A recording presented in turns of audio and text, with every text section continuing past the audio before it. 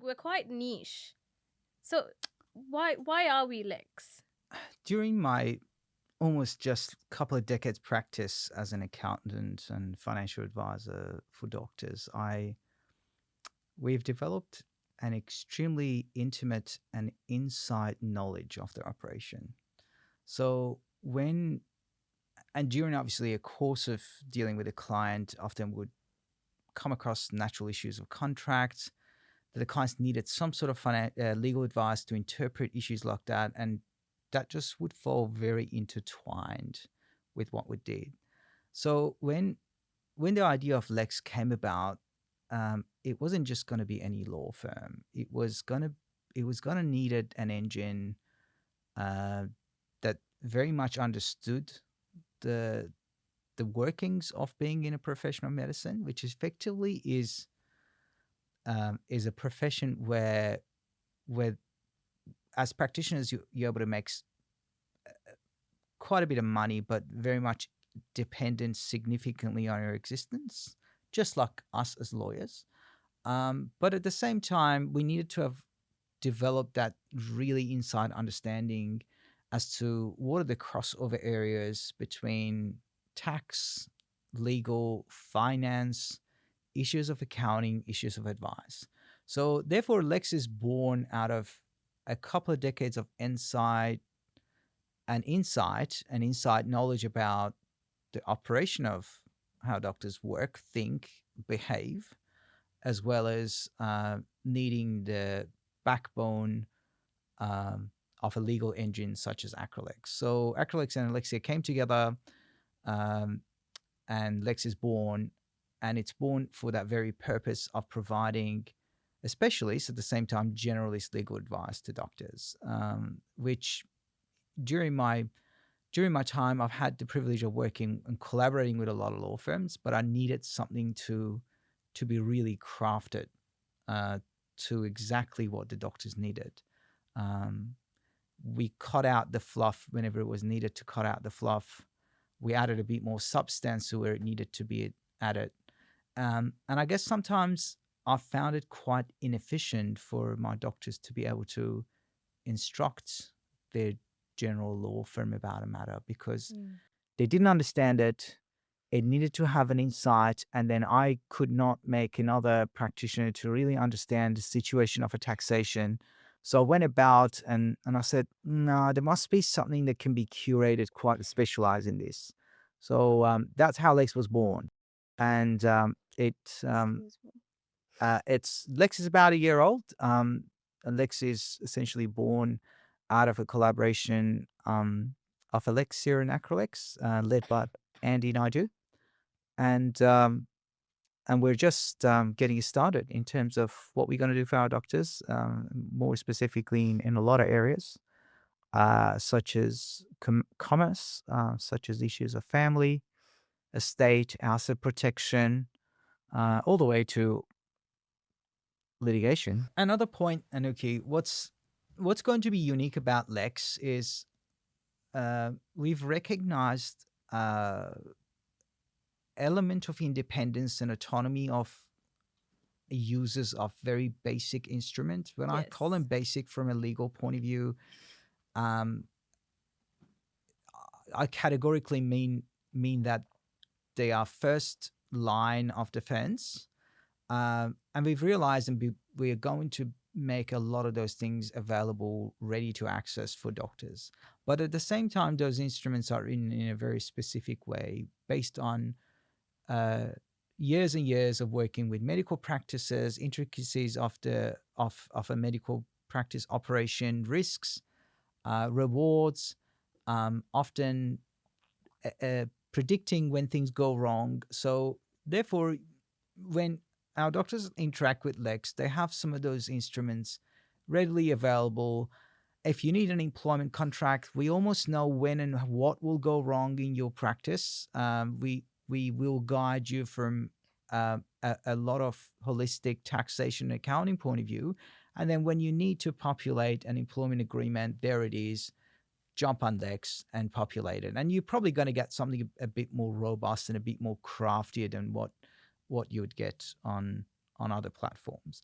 But then at the same time, there's an absolute immense amount of depth and in our capability. We will in a minute have a hub of quite a specialist practitioners that they interact with Lex. Um, but Lex pretty much exclusively only deals with doctors, Yeah. and their legal issues, and consulting and advising to doctors across governance issues, hospitals, urgent care settings, or private practitioners that they may come across issues of family law, issues of state planning, division of assets, perhaps contests of wills and things of that nature. Yeah, and it's interesting that she said that, your clients that you've had throughout your practice, they can't go to a, just a general law firm that doesn't understand quite uniquely how they are placed in very different scenarios because of the profession they're in and the complications that come in. That was really interesting. So, what would be, I mean, in a commercial sense, something that's quite unique to doctors that would come up as opposed to, someone who's not a doctor? In private practice, and okay, generally, and more recently, is issues of risk. A lot of doctors, you see, in my view, the general landscape of general practice, more specifically, is changing very fast.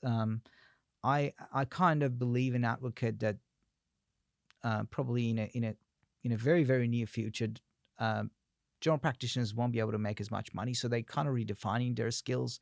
They do a lot of cosmetic medicine. They do a lot of aesthetic work, generally extremely high risk um, kinds of operation. And as we all know, we live in Australia as a jurisdiction when we wake up and decide to sue someone. So therefore, we be able to be able to advise them on structuring some of their assets in order to protect them a little bit more efficiently. So that is an example of a practitioner understanding that, okay, what are the actual practical risks that these kinds involve, to what extent their indemnity will cover them, and the landscape of medicine, and particularly publicly funded medicine, such as Medicare funded procedure, operation, consulting, is significantly changing. So therefore, doctors kind of now in a transition where they might require to be a little bit opportunistic. They might require to make a bit more, I'd say, quite selfish business decisions at times, exiting partnerships, restructuring their settings in that format. So therefore, that's where Lex sits very well in the cohort of other advisory services to be able to navigate through those decisions for our So it's clients. like that second line of defense where, Lex is trying to provide that first line of defense, like you said, with giving you those tailored documents where you can just go on as a doctor and, populate and have for your business. And then that second line of defense is the Defenses. advice you get from that. Absolutely right. And how important would that be? I mean, in terms of, in your practice, many decades of, trying to deal with shareholder agreements and understanding where people have gone wrong. I mean, for doctors especially, where do you think that the issues come out of mostly in these agreements? Often when there is an issue of separation, so it's a format of a business relationship breakup or someone is exiting, I guess there's complex taxation issues. And then when we go back and sort of have a prima facie look at the instruments, they're extremely poorly drafted. The implied terms of the deeds, as a matter of fact, I was dealing with one yesterday. There was a hybrid trust deed in a clinic that one of my clients had joined in terms of a small shareholder, and that deed was written quite poorly, or rather utilized incorrectly for the function of fixed entitlement. So um, coming back to questions, some of the comments you made, Anuki, is often when we come across these kinds of things, people want to say, look, let's just get on with it. Yeah. Somebody drafted it, their accountant knocked it up, and then we went into the start of the commercial operation. Now, I'm extremely pro enterprise. Jobs of very well educated and extremely proficient, experienced lawyers is not to obstruct the business undertaking. is to really just very smartly to advocate and advise you how you can swiftly change your position around this. Um, so even the legal practice, in my view, is significantly changing. I think the value of extremely well-rounded practitioners relies on their advocacy skills, not so much about 100%. knowing, okay, where I could just drive a bunch of statute. I advocate for using AI. I think, um, is it a bad thing for clients to go and sort of Claude or Anthropic or OpenAI their way out of a question or interpret a contract? No, so far as there's no issues of privacy, if you were willing to upload my statement of advice or a piece of financial statements or legal instruments onto your chat GPT and don't care about where the dollar lives, by all means, go and do it. One thing you need to understand is, when things go wrong, us lawyers are very good at finding holes, Yeah. and that's what you're going to come across. So if you haven't really waterproofed and sort of cemented those, we are trained to think in the shoes of the other practitioners. We are trained to think strategically, what are their next move and what's their next move, sort of thing. And that advocacy skills is what the clients should need to come for. In our view and in Lex's view, um, the very first line of instruments that you need to draft, we make those readily available Mm. to you. You can go and self-save yourself to whatever. And it's But tailored to a doctor's absolutely, it's tailored situation. to Yeah. medical operation. It's tailored to requirements of a doctor. But if you're calling me and say, "Look, hey, I'm going to throw in about 500,000 and buy 20% of something," look, the first question I ask you is, when do you want your 500,000 back? Mm. Uh, and then, what kind of risk are you taking on? And often, Anuki, in our client situation, most of these things happen at an age where they're extremely seasoned. So they've built some assets now. They kind of feel quite settled in the profession, and quite frankly, some of them they bored and go, "Oh, I'm just going to go and open a clinic. I want to diversify a little bit. I want to go Yeah. and buddy up with my friend that I've known from med school days." And all good and well. We don't particularly suggest that the deal's going to go sour and south in any way, but often than not, anecdotally, time has proven most partnerships fall apart. It's just a matter of when and not how. So when that does occur, or if you were willing to terminate those kinds of relationship, um, similarly, you would have had to envisage and planned about the Mm. exit before you're entering into it, sort of thing. So that's what we do as extremely well-rounded practitioners. We're trained to think tax. We're trained to think money. We're an extremely holistic, wholesome house, exclusively dealing with doctors. We understand your behavior around money. We understand your lifestyle. We understand your need of your luxury. We understand how your relationship will work. We understand where often, probably in some of your matrimonial relationships, one party is just advancing very fast in their career and the other one's drifting apart. Well, therefore, I've now become a consultant or a specialist. I think when I need to change some of these things, and that's where we can advise you very well around how to navigate and walk out of those distorted kind of relationships, as an example, or if it's a business or a commercial undertaking, Yeah. how do I go in and how do I get out of it? The thing is, what the reality of practice of medicine is this. Um, Fortunately, unfortunately, in a, a climate like Australia, the moment you are perceived or seen on face value that you're doing well, um, it's very easy for somebody to start disturbing that or advance a bunch of allegations or start disturbing that by way of, I presume bunch of rights as your worker or employee, so therefore I'm going to go and take a punt on getting some money out of this. I do observe that quite a lot, and I have observed that time and again during my time practicing with my clients as doctors. They're rather worried. I hired a receptionist.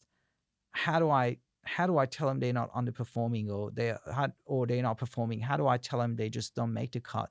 Can I actually fire them? So when you come across those kinds of decisions, we can advise you extremely holistically as consultants. Issues of tax, issues of legal, Mm. issues of the semantics and operation, being diplomatic about these kinds of conversations. And that's why we're specializing. We run and operate medical practices ourselves. So we know the inside know-how, inside working of your operation and business. And therefore, that's what Lex is going to, in a very specialized way, focuses to do.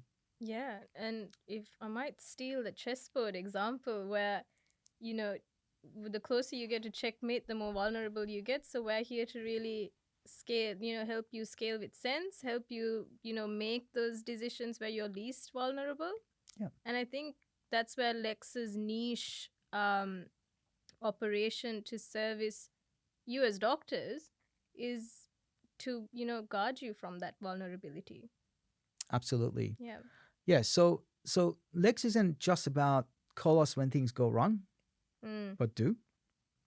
Um, in a quite a humble way, we feel that we're going to be head and shoulder above your average law firm, purely because we've got a lot of capital and insight into other aspects of operation of a medical practice, a thorough understanding of issues of taxation, disposal of assets, uh, and generally helping you as a very, very relevant module or conduit add-on to issues of asset accumulation.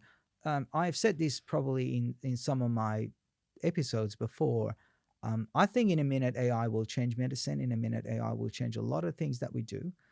Doctors should more anxiously think about creating and storing and hoarding assets in a fashion where they convert their reasonably good cash flow to evergreen assets. And I think Lex comes at a perfect conduit to that. We tell you how to store your asset. We tell you how to protect it, how to structure it, how to safeguard it from risks of litigation. And lawyers have got a very good habit of before they sue you, they start looking for assets. They strategize things. And look, it's quite okay. You upload a contract onto your OpenAI account, have a general understanding, or you go and dig up and say, oh, what are the cases of things gone wrong or not? But one thing that platform can't really do is strategic advocacy. Yes. Um, and that's where smart practitioners come in. So you get a letter in the mail by another lawyer. Uh, you read the content of that letter, but us as practitioner read probably a few steps ahead. What are these guys trying to cook? How are they trying to stir up, or what do they want? And often that can be extremely cost efficient when you engage with the specialist practitioners at a very early stage, and before you done a bunch of your exchanges or a bunch of sort of self rep, self lead style, until you realize, oh no, actually I better go talk to someone. Um, can I go and understand pharmacology slash Thomas Book of Medicine Yeah. on cheap chat Mm. GPT? Can I do it in 2 years? Yes, I could, but I'm too busy enterprising into other things. I'll just walk into a GP office or walk into a doctor's office and say, please fix me up. So I sort of give the same analogy. Your doctor's times are extremely precious Yeah. to start really self-learning, self-navigating around this stuff. Uh, Come to us um, at a very basic first, second line. You can very well self-serve yourself to some of the basic instruments you need. Um, but we will tell you when things are about to get complicated. We'll give you grounds and evidence as to why you need to run or retain us. Um, and this is not about just us billing you. This is about us telling you that actually you're going to come out so much more better on the other end, if at all, were to litigate in that way or settle now, or no, actually, let's go to court. Yeah.